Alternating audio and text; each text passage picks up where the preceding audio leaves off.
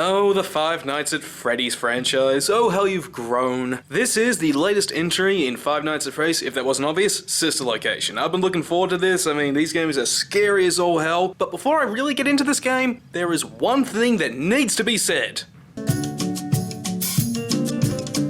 God damn it, Scott! Okay, for those who don't know, turns out Scott Cawthon has delayed the actual Five Nights at Freddy's Sister Location. He's revising the story, he thought it was too dark, and he claimed this was the original version he had created, but instead it's just a remaster of one of his earlier games, Sit and Survive.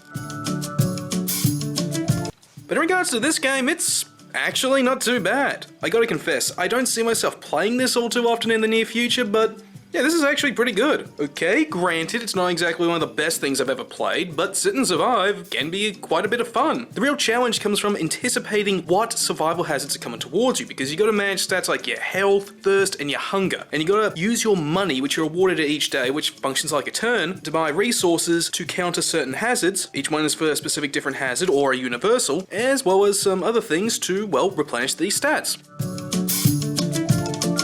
You lose the game when your health hits 0, which can be affected by how hungry you are and how thirsty you are.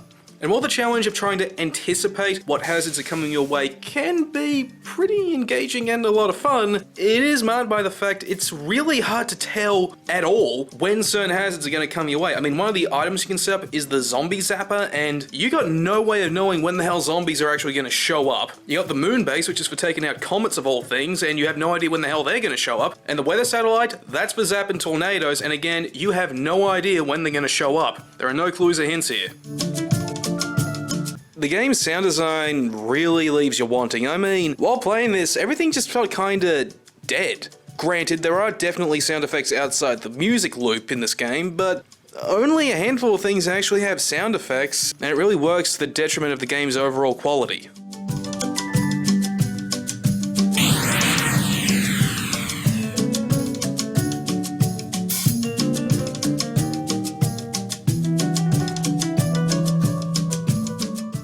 Some extra sound effects here and there really would have made this game feel more alive. Suffice to say this, if you're looking forward to Five Nights at Freddy's Sister Location, sorry you gotta wait a bit longer. But in the meantime, Mr. Cawthon has provided a different game to play, which is worth a look at least. But I personally really would have preferred actually playing the dark version of Sister Location. In fact, Mr. Cawthon, if you see this video, please, if you're not going to release the original dark version, then could you at least make it available as DLC or as an optional patch? That would be awesome. Thanks for watching this video, really appreciate it. If you really like this video, how about you like, favorite, and subscribe, and feel free to check out some of my other videos, like maybe a movie review, like another game review, or maybe some of the random stuff I just keep pumping out whenever. And in terms of game reviews for this month, I'm going to be doing a review of Killer 7, which is just freaky as all hell, and Forbidden Siren 1, or that's just Siren in America, and I am also going to be doing a video on the real Sister Location, which it turns out was not really delayed at all. Mr. Cawthon has just been one massive giant troll.